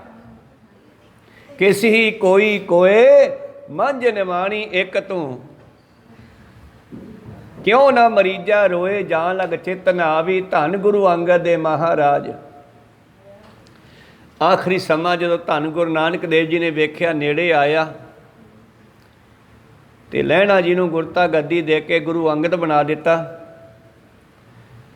ਭਰੀ ਸੰਗਤ ਦੇ ਵਿੱਚ ਗੱਦੀ ਦਿੱਤੀ ਹੈ, ਸਭ ਦੇ ਸਾਹਮਣੇ ਹੁਕਮ ਦਿੱਤਾ ਅੱਜ ਤੋਂ ਬਾਅਦ ਇਹ ਲਹਿਣਾ ਹੀ ਮੇਰੀ ਵਿਰਾਸਤ ਨੂੰ ਸਾਂਭੇਗਾ, ਇਸ ਦੇ ਪੈਰੀ ਲੱਗੋ, ਇਹ ਤੁਹਾਡਾ ਗੁਰੂ ਹੋਵੇਗਾ। ਉਸ ਤੋਂ ਬਾਅਦ ਕਈ ਦਿਨ ਬਤੀਤ ਹੋਏ। ਗੁਰੂ ਨਾਨਕ ਦੇਵ ਜੀ ਕਹਿੰਦੇ ਲੈ ਵੀ ਪੁੱਤਰਾ ਲੈਣੇ ਆ ਅੰਗਦ ਦੇਵ, ਤੂੰ ਖਡੂਰ ਚਲਿਆ ਜਾ, ਇੱਥੇ ਕਰਤਾਰਪੁਰ ਵਿੱਚ ਮੇਰੇ ਪੁੱਤਰ ਵਸਣਗੇ। ਫਿਰ ਲੜਾਈ ਹੋਊਗੀ ਕਿਉਂਕਿ ਬਿਲਡਿੰਗਾਂ ਉਹੀ ਹੈ। ਮੇਰੇ ਪੁੱਤਰ ਸ਼੍ਰੀ ਚੰਦ ਲਖਮੀ ਦਾਸ ਇਹਨਾਂ ਘਰਾਂ ਵਿੱਚ ਰਹਿਣਗੇ ਕਰਤਾਰਪੁਰ ਦੇ। ਤੂੰ ਖਡੂਰ ਚਲਿਆ ਜਾ, ਤੈਨੂੰ ਅਸੀਂ ਹੋਰ ਚੀਜ਼ ਦਿੱਤੀ ਆ। ਸਾਡੀ ਸੰਸਾਰੀ ਵਸਤੂਆਂ ਦੇ ਮਾਲਕ ਤਾਂ ਚੱਲ ਇਹ ਹੋਣਗੇ, ਪਰ ਦਰਗਾਹੀ ਵਸਤੂ ਦਾ ਮਾਲਕ ਤੂੰ ਹੈ। ਕਹੋ ਸਤਿਨਾਮ ਸ੍ਰੀ। ਤੇ ਉਹ ਦਰਗਾਹੀ ਵਸਤੂ ਭਾਵ ਪਰਮੇਸ਼ਰ ਦੀ ਬਖਸ਼ਿਸ਼ ਜਿਹੜੀ ਬਾਬਾ ਨਾਨਕ ਲੈ ਕੇ ਆਏ, ਉਹ ਉਹਨਾਂ ਨੇ ਲਹਿਣਾ ਜੀ ਵਿੱਚ ਰੱਖ ਦਿੱਤੀ ਤੇ ਕਹਿੰਦੇ ਤੂੰ ਚਲਿਆ ਜਾ ਇੱਥੋਂ, ਹੁਣ ਖਡੂਰ ਚਲਿਆ ਜਾ। ਤੇ ਲਹਿਣਾ ਜੀ ਜਾਂਦੇ ਹੋਏ ਪੁੱਛਣ ਲੱਗੇ ਮਹਾਰਾਜ ਮੈਂ ਆਖਰੀ ਸਮੇਂ ਤਾਂ ਆ ਜਾ ਤੁਹਾਡੇ ਕੋਲ। ਤੇ ਗੁਰੂ ਨਾਨਕ ਦੇਵ ਜੀ ਕਹਿੰਦੇ ਨਹੀਂ ਤੂੰ ਨਹੀਂ ਆਉਣਾ, ਮੈਂ ਆਪੇ ਆਊਂਗਾ। ਕਹੋ ਸਤਿਨਾਮ ਸ੍ਰੀ। ਭਾਵ ਆਖਰੀ ਦਰਸ਼ਨਾਂ ਵਾਸਤੇ ਆਗਿਆ ਮੰਗੀ ਲਹਿਣਾ ਜੀ ਨੇ, ਗੁਰੂ ਅੰਗਦ ਦੇਵ ਜੀ ਨੇ, ਮੈਂ ਆ ਜਾ ਮਹਾਰਾਜ। ਤੇ ਪਾਤਸ਼ਾਹ ਕਹਿੰਦੇ ਤੂੰ ਨਹੀਂ ਆਉਣਾ, ਮੈਂ ਆਪੇ ਆ ਜਾਊਂਗਾ। ਭਾਵ ਉਹ ਜੋਤ ਨੇ ਉੱਥੋਂ ਉੱਥੇ ਜਾਣਾ ਸੀ। ਕਹੋ ਸਤਿਨਾਮ ਸ੍ਰੀ। ਤੇ ਜਿਸ ਵੇਲੇ ਇੱਧਰ ਧੰਨ ਧੰਨ ਸ਼੍ਰੀ ਗੁਰੂ ਨਾਨਕ ਦੇਵ ਜੀ ਨੇ ਜੋਤੀ ਜੋਤ ਸਮਾਉਣਾ ਕੀਤਾ, ਸਰੀਰ ਤਿਆਗ ਦਿੱਤਾ ਔਰ ਕਈ ਦਿਨ ਹੋ ਗਏ, ਸਮਾਪਤੀ ਹੋ ਗਈ, ਭੋਗ ਪੈ ਗਏ, ਸਭ ਕੁਝ ਹੋ ਗਿਆ, ਸੰਗਤ ਡਾਵਾਂਡੋਲ ਹੋ ਗਈ ਵੀ ਹੁਣ ਕਿੱਧਰ ਜਾਈਏ। ਤਾਂ ਗੁਰੂ ਨਾਨਕ ਦੇ ਘਰ ਵਿੱਚ ਇੱਕ ਸਭ ਤੋਂ ਸਮਰੱਥ ਸਿਆਣਾ ਪੁਰਖ ਬਾਬਾ ਬੁੱਢਾ ਹੈ, ਜਿਸ ਨੂੰ ਇਹ ਬਚਨ ਹੋਇਆ ਸੀ ਕਿ ਬੁੱਢਿਆ ਭਾਵੇਂ ਦੁਨੀਆ ਤੋਂ ਦੂਰ ਹੋ ਜਾ ਪਰ ਤੈਥੋਂ ਓਹਲੇ ਨਹੀਂ ਹੋਊਗਾ। ਕਹੋ ਸਤਿਨਾਮ ਸ੍ਰੀ। ਤਾਂ ਉਸ ਵੇਲੇ ਫਿਰ ਗੁਰੂ ਪਿਆਰਿਓ ਧੰਨ ਧੰਨ ਸ਼੍ਰੀ ਗੁਰੂ ਨਾਨਕ ਦੇਵ ਮਹਾਰਾਜ ਜੀ ਇੱਥੋਂ ਅਲੋਪ ਹੋਏ ਅਤੇ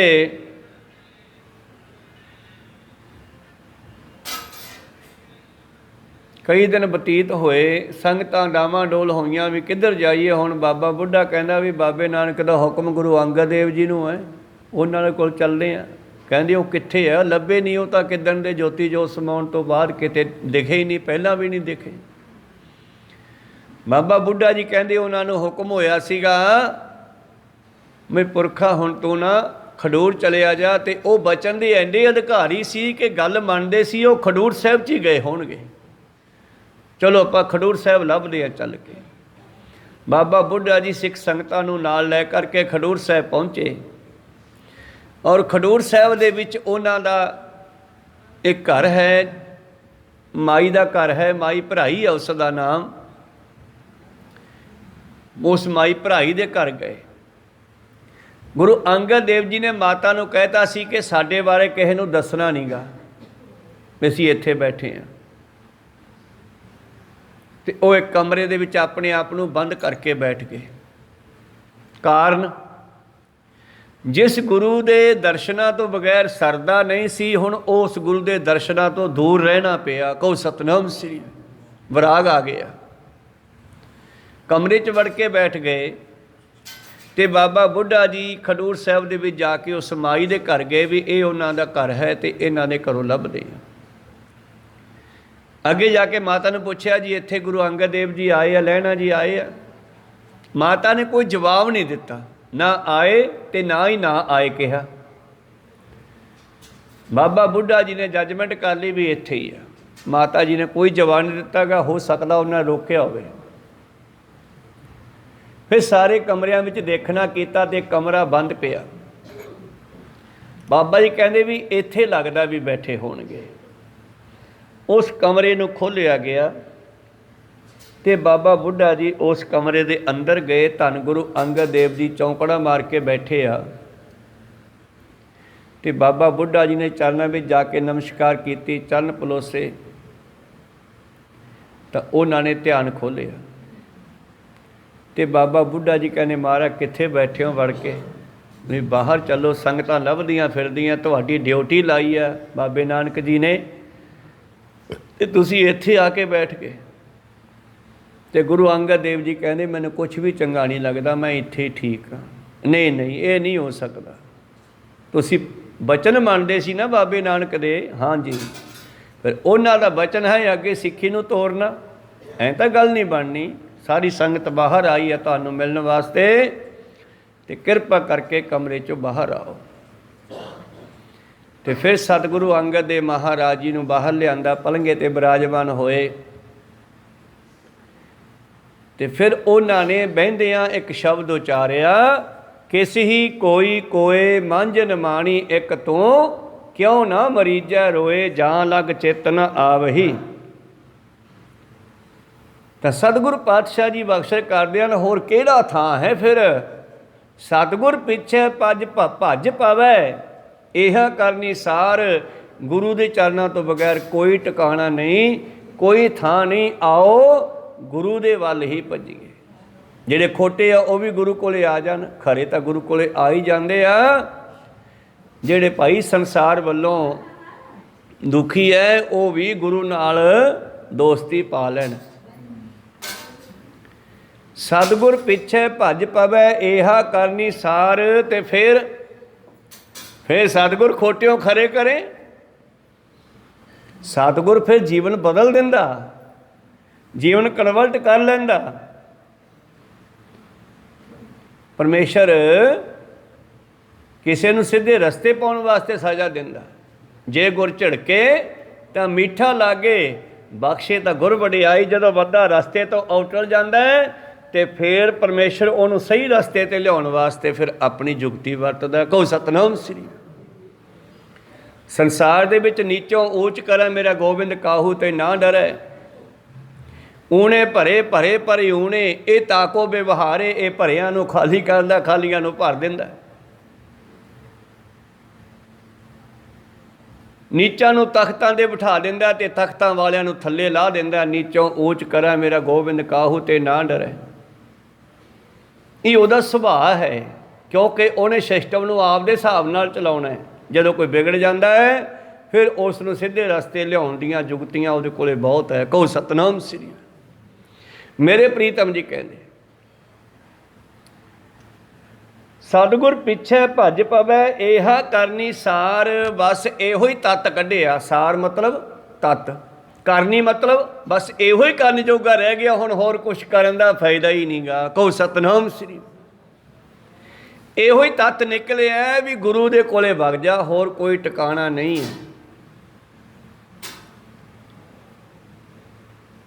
सतगुर खोटियों खरे करे शब्द सवार नहार, फिर गुरु झिड़के प्यार भी करदा। सत्ते बलवंडे की कथा आप जी जानते हो।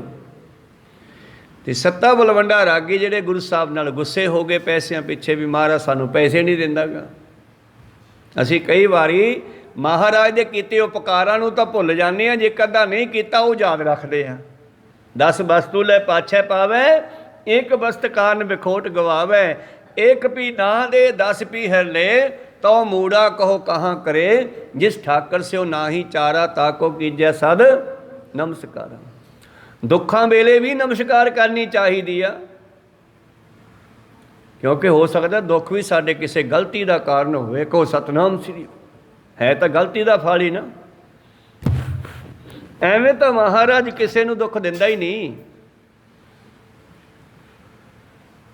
ਤਾਂ ਦੁੱਖ ਆਉਂਦਾ ਹੀ ਸਾਡੇ ਕਿਸੇ ਮਾੜੇ ਕਰਮ ਦਾ ਫਲ ਹੈ, ਤੇ ਸੁੱਖ ਚੰਗੇ ਕਰਮ ਦਾ ਫਲ ਹੈ। ਕਹੋ ਸਤਨਾਮ, ਇਹ ਫਲ ਹੈ ਦੋਨੇ। ਦੁੱਖ ਸੁੱਖ ਦੋਇਦਾਰ ਕੱਪੜੇ, ਪਹਿਰੇ ਜਾਏ ਮਨੁੱਖ, ਜਿੱਥੇ ਬੋਲਣ ਹਾਰੀ ਹੈ ਤਿੱਥੇ ਚੰਗੀ ਚੁੱਪ। ਬਾਬਾ ਜੀ ਕਹਿੰਦੇ ਸਤਿਗੁਰ ਖੋਟਿਓ ਖਰੇ ਕਰੇ, ਸ਼ਬਦ ਸਵਾਰਨ ਹਾਰ। ਫਿਰ ਸ਼ਬਦ ਦੇ ਨਾਲ ਸਵਾਰਦਾ, ਉਹਨਾਂ ਖੋਟਿਆਂ ਨੂੰ ਸਿੱਧੇ ਕਰਦਾ। ਸੁਨਿਆਰਾ ਹਥੌੜੇ ਨਾਲ ਤੇ ਅਗਨੀ ਨਾਲ ਸੋਨੇ ਨੂੰ ਖੋਟਿਓਂ ਖਰੀ ਕਰਦਾ। ਤੇ ਸਤਿਗੁਰੂ ਦੇ ਚਰਨਾਂ ਦੀ ਅਹਰਨ ਤੇ ਜਦੋਂ ਸਾਡਾ ਮੱਤ ਟਿਕ ਜਾਂਦੀ ਆ, ਜਦੋਂ ਅਸੀਂ ਮੱਥਾ ਟੇਕਦੇ ਹਾਂ, ਸੀਸ ਨਿਵਾਇਆ ਗਿਰ ਪਰੈ, ਬਹੁ ਪਾਪਣ ਕੀ ਪੋਟ, ਤਾਂ ਤੇ ਸੀਸ ਨਿਵਾਈ ਹੈ ਲੱਗੈ ਨ ਜਮ ਕੀ ਚੋਟ। ਜੇ ਅਸੀਂ ਸਿਰ ਤੇ ਪੰਡ ਰੱਖੀ ਹੋਵੇ ਤੇ ਸਿਰ ਟੇਢਾ ਕਰ ਦਈਏ ਤੇ ਪੰਡ ਡਿੱਗ ਜਾਂਦੀ ਆ, ਤੇ ਜੇ ਸਿਰ ਇੱਥੇ ਲਿਆ ਕੇ ਰੱਖ ਦਈਏ ਤੇ ਪਾਪਾਂ ਦੀ ਪੰਡ ਡਿੱਗ ਜਾਂਦੀ ਆ। ਕਹੋ ਸਤਨਾਮ ਸ੍ਰੀ। ਬਹਾਦਰ ਸ਼ਾਹ ਨੇ ਧੰਨ ਗੁਰੂ ਗੋਬਿੰਦ ਸਿੰਘ ਜੀ ਦੀ ਸ਼ਰਨ ਲੈ ਲਈ। ਇੱਕ ਪਾਸੇ ਉਹਦਾ ਵੱਡਾ ਭਰਾ ਹੈ ਤਾਰਾ ਆਜਮ, ਜਿਹਦੇ ਕੋਲੇ 10-12 ਲੱਖ ਫੌਜ ਆ, ਕਿਉਂਕਿ ਜਿੰਨੀ ਵੀ ਸਿਸਟਮ ਸੀਗਾ ਔਰੰਗਜ਼ੇਬ ਦਾ, ਉਹ ਸਾਰਾ ਉਹਨੇ ਆਪਣੇ ਕਬਜ਼ੇ 'ਚ ਕਰ ਲਿਆ ਇੱਕਦਮ। ਜਦੋਂ ਹੀ ਉਹਦਾ ਪਿਓ ਮਰ ਗਿਆ ਔਰੰਗਜ਼ੇਬ, ਇਸ ਵੱਡੇ ਭਰਾ ਤਾਰੇ ਆਜਮ ਨੇ ਤੁਰੰਤ ਹੀ ਫੌਜ ਆਪਣੇ ਕਬਜ਼ੇ 'ਚ ਕਰ ਲਈ, ਸਾਰਾ ਸਿਸਟਮ ਆਪਣੇ ਕਬਜ਼ੇ 'ਚ ਕਰ ਲਿਆ, ਸਾਰਾ ਰਾਜ ਭਾਗ ਆਪਣੇ ਕਬਜ਼ੇ 'ਚ ਕਰ ਲਿਆ। ਬਹਾਦਰ ਸ਼ਾਹ ਘਬਰਾ ਗਿਆ ਬਈ ਜਿਵੇਂ ਮੇਰੇ ਪਿਓ ਨੇ ਆਪਣੇ ਭਰਾ ਦਾਦਾ ਸ਼ਗੋ ਵਰਗਿਆਂ ਨੂੰ ਮਾਰ ਕੇ ਗੱਦੀ ਲਈ ਆ, ਮੈਨੂੰ ਵੀ ਤਾਰਾ ਆਜਮ ਮਾਰੂਗਾ। ਕਿੱਧਰ ਭੱਜ ਗਏ ਹੁਣ? ਰਾਜ ਮੈਂ ਲੈ ਨਹੀਂ ਸਕਦਾ, ਮੇਰੇ ਕੋਲ ਇੰਨੀ ਫੌਜ ਨਹੀਂ ਹੈਗੀ, ਤੇ ਮੌਤ ਤੋਂ ਵੀ ਨਹੀਂ ਬਚ ਸਕਦਾ, ਇਹ ਮਾਰੂਗਾ ਲਾਜ਼ਮੀ। ਫਿਰ ਉਹਦੇ ਕਿਸੇ ਸਿਪਾਹੀ ਨੇ ਦੱਸਿਆ ਬਈ ਇੱਕੋ ਥਾਂ ਹੈ ਜਿੱਥੇ ਤੂੰ ਬਚ ਸਕਦਾ ਹੈ, ਸਤਿਗੁਰ ਪਿੱਛੇ ਭੱਜ ਪਵੇ। ਕਿੱਥੇ ਜਾਵਾਂ? ਗੁਰੂ ਗੋਬਿੰਦ ਸਿੰਘ ਜੀ ਨੂੰ ਬੇਨਤੀ ਕਰ। ਕਹੋ ਸਤਨਾਮ ਸ੍ਰੀ। ਉਹ ਜਿਹੜਾ ਇਹਦਾ ਮੰਤਰੀ ਵਜ਼ੀਰ ਕੋਈ ਸਿਪਾਹੀ ਦੱਸ ਰਿਹਾ ਇਸ ਨੂੰ, ਉਹ ਗੁਰੂ ਘਰ ਨੂੰ ਜਾਣਦਾ ਸੀ, ਗੁਰੂ ਘਰ ਨਾਲ ਪਿਆਰ ਸੀ ਉਸ ਦਾ। ਉਹ ਕਹਿੰਦਾ ਹੁਣ ਤੈਨੂੰ ਗੁਰੂ ਗੋਬਿੰਦ ਸਿੰਘ ਜੀ ਦੀ ਸ਼ਰਨ ਲੈ ਲਵੇਂ ਨਾ, ਉਹ ਤੈਨੂੰ ਰਾਜ ਵੀ ਦਿਵਾ ਸਕਦੇ ਆ, ਤੇਰੇ ਦੁਸ਼ਮਣ ਦਾ ਖਾਤਮਾ ਵੀ ਕਰ ਸਕਦੇ ਆ।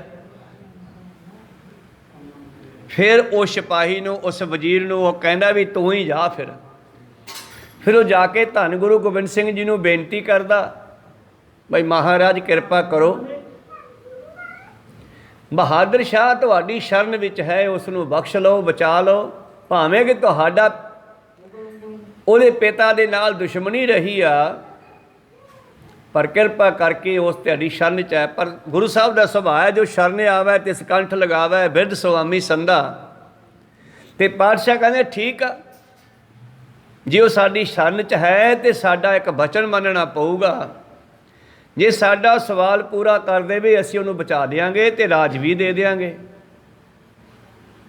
ਤੇ ਉਹ ਵਜ਼ੀਰ ਜਾ ਕੇ ਕਹਿੰਦਾ ਹੈ ਵੀ ਰਾਜਾ ਸਾਹਿਬ ਬਹਾਦਰ ਸ਼ਾਹ ਉਹ ਇੱਦਾਂ ਕਹਿੰਦੇ ਆ ਵੀ ਸਾਡਾ ਇੱਕ ਸਵਾਲ ਹੈ, ਉਹ ਪੂਰਾ ਕਰ ਦੇਣ।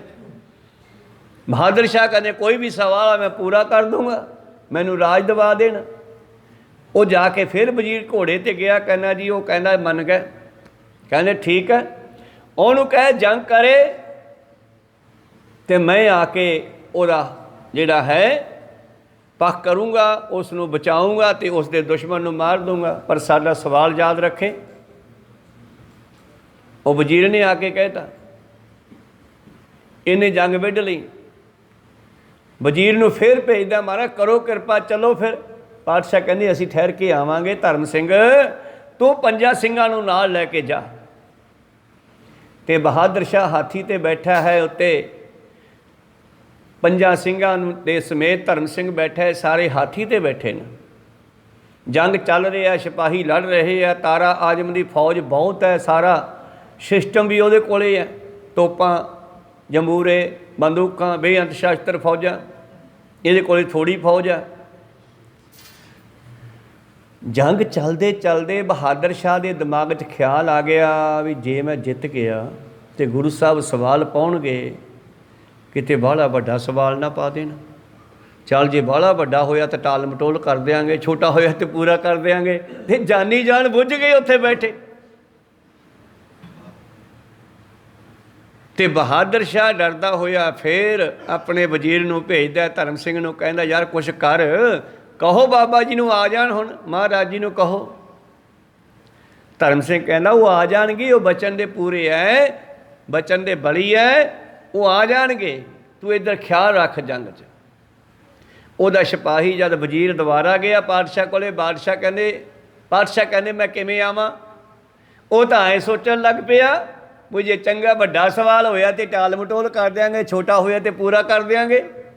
ਤਾਈਓ ਦੇਰ ਲੱਗ ਗਈ ਸਾਨੂੰ, ਨਹੀਂ ਤਾਂ ਅਸੀਂ ਆ ਜਾਂਦੇ। ਉਹ ਵਜ਼ੀਰ ਜਾ ਕਹਿੰਦਾ ਵੀ ਤੂੰ ਐਂ ਕਿਹਾ? ਕਹਿੰਦਾ ਕਿਹਾ ਤਾਂ ਨਹੀਂ, ਸੋਚਿਆ ਸੀਗਾ। ਕਹਿੰਦਾ ਫਿਰ ਹੁਣ ਗੁਰੂ ਸਾਹਿਬ ਕਹਿੰਦੇ ਲਿਖ ਕੇ ਦੇ, ਹੁਣ ਆਏ ਨਹੀਂ ਗੱਲ ਬਣਨੀ ਪੋਲੇ ਪੈਰੀ। ਫਿਰ ਬਹਾਦਰ ਸ਼ਾਹ ਨੂੰ ਲਿਖ ਕੇ ਦੇਣਾ ਪਿਆ। ਖੈਰ ਗੱਲ ਤਾਂ ਬਾਅਦ 'ਚ ਵੀ ਇਹਨਾਂ ਨੇ ਪੂਰੀ ਕੀਤੀ। ਪਾਤਸ਼ਾਹ ਕਹਿੰਦੇ ਕੋਈ ਨਹੀਂ ਭਾਈ, ਜੇ ਤੂੰ ਨਹੀਂ ਪੂਰੀ ਕਰਦਾ ਤੇ ਅਸੀਂ, ਸਾਡੇ ਹੋਰ ਜੁਗਤੀਆਂ ਬਹੁਤ ਹੈਗੀਆਂ ਸਾਡੇ ਕੋਲ। ਗੁਰੂ ਸਾਹਿਬ ਨੂੰ ਖੁਸ਼ ਕਰਨ ਵਾਸਤੇ ਹੀ ਗੋਦਾਵਰੀ ਦੇ ਕਿਨਾਰੇ 'ਤੇ ਕੀਮਤੀ ਹੀਰਾ ਭੇਟ ਕੀਤਾ ਸੀਗਾ ਵੀ ਸ਼ਾਇਦ ਗੁਰੂ ਗੋਬਿੰਦ ਸਿੰਘ ਹੀਰਾ ਵੇਖ ਕੇ ਖੁਸ਼ ਹੋ ਜਾਣਗੇ। ਤੇ ਪਾਤਸ਼ਾਹ ਹੀਰੇ ਨੂੰ ਇੱਦਾਂ ਕਰਦੇ ਕਰਦੇ ਗੋਦਾਵਰੀ ਕਨੀ ਰੋੜਤਾ। ਤੇ ਬਹਾਦਰ ਸ਼ਾਹ ਪੀਲਾ ਜਿਹਾ ਪੈ ਗਿਆ ਵੀ ਮਹਾਰਾਜ ਬੜਾ ਕੀਮਤੀ ਹੀਰਾ ਸੀ। ਕਹਿੰਦੇ ਅੱਛਾ ਆ ਕੱਢ ਲਾ, ਇੱਥੇ ਪਿਆ ਹੋਣਾ ਪੱਤਣ 'ਤੇ। ਉਹਨੇ ਹੱਥ ਮਾਰਿਆ ਤੇ ਉਹੋ ਜਿਹੇ 5-7 ਆ ਗਏ ਹੱਥ 'ਚ। ਕਹੋ ਸਤਨਾਮ ਸ੍ਰੀ। ਇਹ ਤਾਂ ਕਹਿੰਦਾ ਇੰਨੇ ਕਿੱਥੋਂ ਆ ਗਏ? ਕਹਿੰਦੇ ਸਾਰੀ ਨਦੀ ਭਰੀ ਪਈ ਆ, ਤੂੰ ਆਪ ਦਾ ਕੱਢ ਲੈ, ਬਾਕੀ ਪਏ ਰਹਿਣ ਦੇ। ਕਹੋ ਸਤਨਾਮ ਸ੍ਰੀ। ਤਾਂ ਫਿਰ ਵਜ਼ੀਰ ਕਹਿੰਦਾ ਹੁਣ ਤੈਨੂੰ ਪਤਾ ਲੱਗ ਗਿਆ ਨਾ ਦਿਲਾਂ ਦੀਆਂ ਬੁੱਝਣ ਵਾਲਾ ਹੈ। ਤੇ ਫਿਰ ਜਦੋਂ ਸਿੱਧਾ ਹੋ ਗਿਆ ਐਨ ਜਿਵੇਂ ਸੱਪ ਖੱਡ 'ਚ ਵੜਨ ਲੱਗਿਆ ਸਿੱਧਾ ਹੋ ਜਾਂਦਾ, ਉਹ ਤਾਂ ਬੜੀਆਂ ਕੁੰਡਲੀਆਂ ਮਾਰਦਾ। ਕਹੋ ਸਤਨਾਮ ਸ੍ਰੀ। ਜਦੋਂ ਸਿੱਧਾ ਹੋ ਗਿਆ ਤੇ ਫਿਰ ਧਰਮ ਸਿੰਘ ਨੂੰ ਕਹਿੰਦਾ ਯਾਰ ਕਹਿ ਗੁਰੂ ਸਾਹਿਬ ਨੂੰ ਆ ਜਾਣ ਹੁਣ। ਫਿਰ ਧਰਮ ਸਿੰਘ ਨੇ ਅਰਦਾਸ ਕੀਤੀ, ਮਹਾਰਾਜ ਕਿਰਪਾ ਕਰੋ, ਹੁਣ ਆਖਰੀ ਸਮਾਂ। ਤਾਰਾ ਆਜ਼ਮ ਵੀ ਐਨ ਸਾਹਮਣੇ ਆ ਰਿਹਾ ਹੁਣ ਲੜਨ ਵਾਸਤੇ। ਲੱਗਦਾ ਦੋਨੇ ਭਰਾਵਾਂ ਦੀ ਜੰਗ ਹੋਣ ਵਾਲੀ ਆ, ਹੁਣ ਤੁਸੀਂ ਪਹੁੰਚੋ। ਅਰਦਾਸ ਕਰਕੇ ਜਦੋਂ ਸਾਰਿਆਂ ਨੇ ਮੱਥਾ ਟੇਕ ਕੇ ਸੀਸ ਤਾਹਾਂ ਚੱਕਿਆ ਤੇ ਕੀ ਵੇਖਦੇ ਆ? ਸ਼ਹੀਦੀ ਫੌਜਾਂ ਤੇ ਧੰਨ ਗੁਰੂ ਗੋਬਿੰਦ ਸਿੰਘ ਜੀ ਦੇ ਝਲਕਾਰੇ ਪਏ। ਉਹਨਾਂ ਨੂੰ ਵੇਖਿਆ, ਉਹਨਾਂ ਨੇ ਦਰਸ਼ਨ ਹੋਏ। ਔਰ ਵੇਖਦਿਆਂ ਹੀ ਸਾਹਮਣੇ ਤਾਰਾ ਆਜ਼ਮ ਆਇਆ ਤੇ ਪਾਤਸ਼ਾਹ ਨੇ ਭੱਥੇ 'ਚੋਂ 2 ਤੀਰ ਕੱਢੇ ਤੇ ਦੋਨੇ ਇਕੱਠੇ ਚੜਾ ਕੇ ਛੱਡਤੇ ਤੇ ਉਹਦੇ ਮੱਥੇ ਨੂੰ ਬਿੰਨ ਕੇ ਪਾਰ ਹੋ ਗਏ। ਕਹੋ ਸਤਨਾਮ ਸ੍ਰੀ। ਤਾਰਾ ਆਜ਼ਮ ਮਾਰਿਆ ਗਿਆ, ਹਾਥੀ ਤੋਂ ਡਿੱਗ ਪਿਆ, ਨਾਲ ਹੀ ਉਹਦੇ ਕੁਝ ਹੋਰ ਵਜ਼ੀਰ ਵੀ ਡਿੱਗ ਪਏ ਹਾਥੀ ਤੋਂ। ਇਸ ਤਰ੍ਹਾਂ ਮਰ ਗਿਆ ਔਰ ਬਹਾਦਰ ਸ਼ਾਹ ਦੀ ਜਿੱਤ ਹੋਈ। ਜਦੋਂ ਕਿਤੇ ਵੀ ਟਿਕਾਣਾ ਨਾ ਹੋਵੇ ਤੇ ਸਤਿਗੁਰ ਪਿੱਛੇ ਭੱਜ ਪਵੇ, ਇਹਾ ਕਰਨੀ ਸਾਰ। ਬਸ ਇਹੋ ਹੀ ਤੱਤ ਨਿਕਲਿਆ। ਬਹਾਦਰ ਸ਼ਾਹ ਮੁੱਕਰ ਗਿਆ, ਗੱਲ ਪੂਰੀ ਨਹੀਂ ਕੀਤੀ। ਪਾਤਸ਼ਾਹ ਦਾ ਬਚਨ ਸੀ ਕਿ ਵਜੀਦੇ ਵਰਗੇ ਸਾਡੇ ਹਵਾਲੇ ਕਰ ਦੇ, ਜਿਨ੍ਹਾਂ ਨੇ ਸਿੱਖਾਂ ਨੂੰ, ਸਾਹਿਬਜ਼ਾਦਿਆਂ ਨੂੰ, ਹੋਰ ਸਾਡੀ ਮਾਤਾ ਜੀ ਆਦਿ ਜਿਨ੍ਹਾਂ ਨੇ ਨੁਕਸਾਨ ਕੀਤਾ ਸਾਡੀ ਕੌਮ ਦਾ, ਮੈਨੂੰ ਉਹਨਾਂ ਨੂੰ ਸਜ਼ਾ ਦੇਣੀ, ਉਹ ਫੜਾ ਦੇ ਬੰਦੇ। ਫਿਰ ਮੁੱਕਰ ਗਿਆ। ਕਹਿੰਦਾ ਜੀ ਹੁਣੇ ਫੜਾਉਣ ਲੱਗ ਪਿਆ ਤੇ ਮੈਂ ਰਾਜ ਕਿਵੇਂ ਕਰੂੰਗਾ? ਕਹਿੰਦੇ ਫਿਰ ਰਾਜ ਕਰਕੇ ਵੇਖ ਲਾ। ਪਾਤਸ਼ਾਹ ਨੇ ਬੰਦਾ ਸਿੰਘ ਬਹਾਦਰ ਮਗਰ ਲਾਤਾ। ਥੋੜ੍ਹੀ ਜਿਹੀ ਉਮਰ ਸੀ ਇਸ ਦੀ, ਤਾਕਤ ਇਹਦਾ ਬੈਠ ਹੀ ਨਹੀਂ ਸਕਿਆ। ਬਸ ਮੂਹਰੇ ਬੰਦਾ ਸਿੰਘ ਬਹਾਦਰ ਆਪਣੀਆਂ ਗੁਰੂ ਪਿਆਰੋ ਰਾਜਧਾਨੀਆਂ ਕਾਇਮ ਕਰਦਾ ਗਿਆ, ਆਪਣੀਆਂ ਚੌਕੀਆਂ ਕਾਇਮ ਕਰਦਾ ਗਿਆ ਤੇ ਪਿੱਛੇ ਬਹਾਦਰ ਸ਼ਾਹ ਤੁਰਿਆ ਫਿਰਦਾ ਰਿਹਾ। ਇੰਨੇ ਬੇ ਦੀ ਮੌਤ ਹੋ ਗਈ। ਕਹੋ ਸਤਨਾਮ ਸ੍ਰੀ।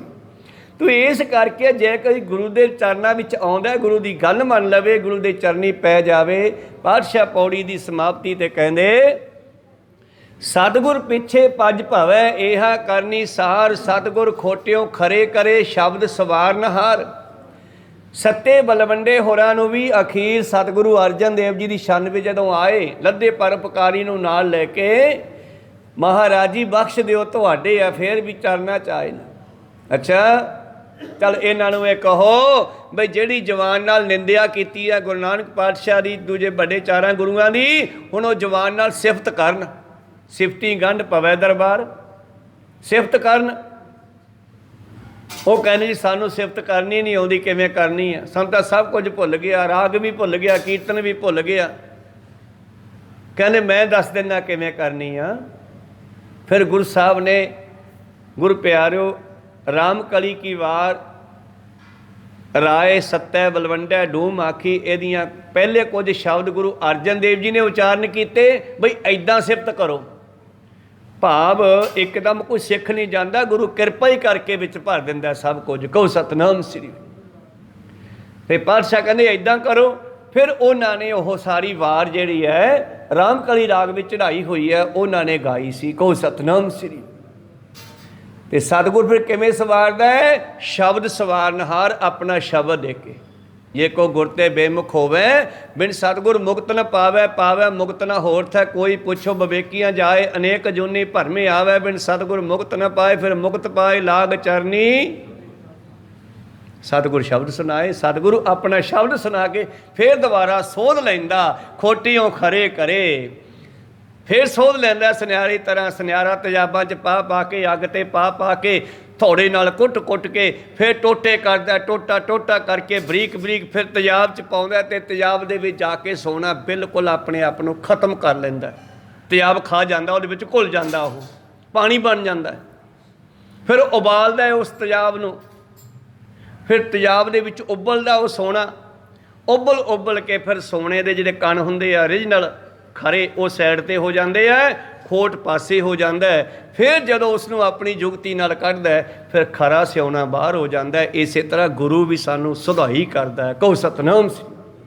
ਸਤਿਗੁਰ ਖੋਟਿਓ ਖਰੇ ਕਰੇ, ਸ਼ਬਦ ਸਵਾਰਨਹਾਰ ਸੱਚੀ ਦਰਗਹਿ ਮੰਨੀਅਨ ਗੁਰ ਕੈ ਪ੍ਰੇਮ ਪਿਆਰ। ਉਸ ਦਰਗਾਹ ਦੇ ਵਿੱਚ ਤੇ ਇਹ ਸੰਸਾਰ ਦਰਗਾਹ ਦੇ ਵਿੱਚ ਕਿਹਨਾਂ ਨੂੰ ਮੰਨਿਆ ਜਾਂਦਾ ਹੈ? ਜਿਹੜੇ ਗੁਰੂ ਦੇ ਨਾਲ ਪ੍ਰੇਮ ਪਿਆਰ ਕਰਦੇ ਆ। ਕਹੋ ਸਤਨਾਮ ਸ੍ਰੀ। ਜਿਹੜੇ ਗੁਰੂ ਨਾਲ ਪ੍ਰੇਮ ਕਰਦੇ ਆ, ਪਿਆਰ ਕਰਦੇ ਆ, ਉਹ ਗੁਰੂ ਦੀ ਦਰਗਾਹ ਵਿੱਚ ਮੰਨੇ ਜਾਂਦੇ ਆ। ਉਹਨਾਂ ਨੂੰ ਦੁਨੀਆ ਵੀ ਸਤਿਕਾਰ ਦਿੰਦੀ ਹੈ। ਫਰੀਦਾ ਆਪ ਸਵਾਰੇ ਮੈਂ ਮਿਲੈ, ਮੈਂ ਮਿਲਿਆ ਸੁਖ ਹੋਏ। ਜੇ ਤੂੰ ਮੇਰਾ ਹੋਏ ਰਹੇ ਸਭ ਜੱਗ ਤੇਰਾ ਹੋਏ। ਤਾਂ ਇਸ ਤਰ੍ਹਾਂ ਸਤਿਗੁਰੂ ਸਵਾਰ ਕੇ ਫਿਰ ਸੋਹਣੇ ਬਣਾ ਦਿੰਦਾ ਹੈ। ਪਰਮੇਸ਼ਰ ਦਾ ਸੁਨਿਆਰਾ ਸਤਿਗੁਰ ਦੂਸਰਾ ਰੂਪ ਹੈ। ਕਹੋ ਸਤਨਾਮ ਸ੍ਰੀ। ਸਤਿਗੁਰੂ ਇੱਥੇ ਖੋਟਿਆਂ ਨੂੰ ਖਰੇ ਕਰਨ ਹੀ ਆਇਆ। ਤੇ ਸਤਿਗੁਰੂ ਪਾਤਸ਼ਾਹ ਜੀ ਕਹਿੰਦੇ ਇਸ ਤਰ੍ਹਾਂ, ਸਤਿਗੁਰ ਖੋਟਿਓ ਖਰੇ ਕਰੇ, ਸ਼ਬਦ ਸਵਾਰਨਹਾਰ ਸੱਚੀ ਦਰਗਹਿ ਮੰਨੀਅਨ ਗੁਰ ਕੈ ਪ੍ਰੇਮ ਪਿਆਰ। ਗੰਤ ਤਿਨਾਂ ਦੀ ਕੋ ਕਿਆ ਕਰੇ, ਜੋ ਆਪ ਬਖਸ਼ੇ ਕਰਤਾਰ। ਫਿਰ ਉਹਨਾਂ ਦੀ ਗੰਤ ਭਾਵ ਉਹਨਾਂ ਦੀ ਬਰਾਬਰੀ ਕੌਣ ਕਰ ਸਕਦਾ? ਕਹੋ ਸਤਨਾਮ। ਜਿਨ੍ਹਾਂ ਨੂੰ ਗੁਰੂ ਬਖਸ਼ ਕੇ ਆਪਣੇ ਚਰਨੀ ਲਾ ਲਵੇ, ਜਿਨ੍ਹਾਂ ਨੂੰ ਪਰਮੇਸ਼ਰ ਨੇ ਬਖਸ਼ ਲਿਆ, ਫਿਰ ਉਹਨਾਂ ਨੂੰ ਕੋਈ ਚੈਲੰਜ ਨਹੀਂ ਕਰ ਸਕਦਾ। ਇਸ ਤਰ੍ਹਾਂ ਸਤਿਗੁਰੂ ਪਾਤਸ਼ਾਹ ਜੀ ਫਿਰ ਅਗਲਾ ਸ਼ਬਦ ਹੈ ਜਿਹੜਾ ਸ਼ਲੋਕ ਮਹੱਲਾ ਪਹਿਲਾ, ਅਗਲਾ ਸ਼ਬਦ ਸ਼ੁਰੂ ਹੋ ਗਿਆ, ਪੌੜੀ ਸੰਪੂਰਨ ਹੋਈ। ਹਮ ਜੇਰ ਜਿਮੀ ਦੁਨੀਆ ਪੀਰਾ ਮਸਾਇਕਾ ਰਾਇਆ। ਧੰਨ ਧੰਨ ਸ਼੍ਰੀ ਗੁਰੂ ਨਾਨਕ ਦੇਵ ਮਹਾਰਾਜ ਪਾਕਪਟਨ ਸ਼ਹਿਰ ਦੇ ਵਿੱਚ ਗਏ। ਉੱਥੇ ਬਾਬੇ ਫਰੀਦ ਦਾ ਪੋਤਾ ਗੁਰੂ ਪਿਆਰਿਓ ਚੇਲਾ, ਪੋਤਾ ਚੇਲਾ ਸ਼ੇਖ ਬ੍ਰਹਮ ਸੀਗਾ, ਅਤੇ ਉਸ ਦੇ ਨਾਲ ਗੱਲਬਾਤ ਹੋਈ ਹੈ, ਵਿਚਾਰ ਵਟਾਂਦਰੇ ਹੋਏ ਨੇ। ਅਤੇ ਉੱਥੇ ਫਿਰ ਧੰਨ ਗੁਰੂ ਨਾਨਕ ਦੇਵ ਮਹਾਰਾਜ ਜੀ ਨੇ ਉਸ ਬਾਬੇ ਫਰੀਦ ਦੇ ਪੋਤਰੇ ਚੇਲੇ ਨੂੰ ਉਪਦੇਸ਼ ਦਿੰਦਿਆਂ ਹੋਇਆਂ ਇਹ ਸ਼ਬਦ ਉਚਾਰਿਆ ਸੀ। ਇਹਦੀ ਵਿਚਾਰ ਕਰੇ ਫਿਰ ਸਰਵਣ ਕਰਾਂਗੇ ਆਪਾਂ। ਹਮ ਜੇਰ ਜਿਮੀ ਦੁਨੀਆ ਪੀਰਾ ਮਸਾਇਕਾ ਰਾਇਆ ਮੇ ਰਬਦ। ਬਾਦਸ਼ਾਹ ਅਫਜੂ ਖੁਦਾਈ ਏਕ ਤੂੰ ਹੀ, ਏਕ ਤੂੰ ਹੀ। ਮਹੱਲਾ ਪਹਿਲਾ ਨਾ ਦੇਵ ਦਾਨਵਾ ਨਰਾ ਨ ਸਿੱਧ ਸਾਧਕਾ ਧਰਾ। ਅਸਤੀ ਏਕ ਦਿਗਰ ਕੋਈ, ਏਕ ਤੂਈ, ਏਕ ਤੂਈ। ਇਹਦੀ ਵਿਚਾਰ ਕਰੇ ਫਿਰ ਸਰਵਣ ਕਰਾਂਗੇ। ਗੁਰੂ ਕਿਰਪਾ ਕਰਨ। ਵਿਚਾਰਾਂ ਇੱਥੇ ਹੀ ਰੁਕਦੇ ਹਾਂ, ਬੋਲਦਿਆਂ ਅਨੇਕਾਂ ਅੱਖਰ ਬਾਅਦ ਘਾਟ ਹੋ ਜਾਂਦੇ। ਸਿੱਖ ਸੰਗਤਾਂ ਤੇ ਸਤਿਗੁਰੂ ਬਖਸ਼ਣ ਜੋਗ ਹੈ, ਬਖਸ਼ ਲੈਣਾ ਜੀ। ਸਮਾਪਤੀ ਕਰੀਏ। ਬੁਲਾਓ ਫਤਿਹ, ਪਾਓ ਫਤਿਹ। ਵਾਹ।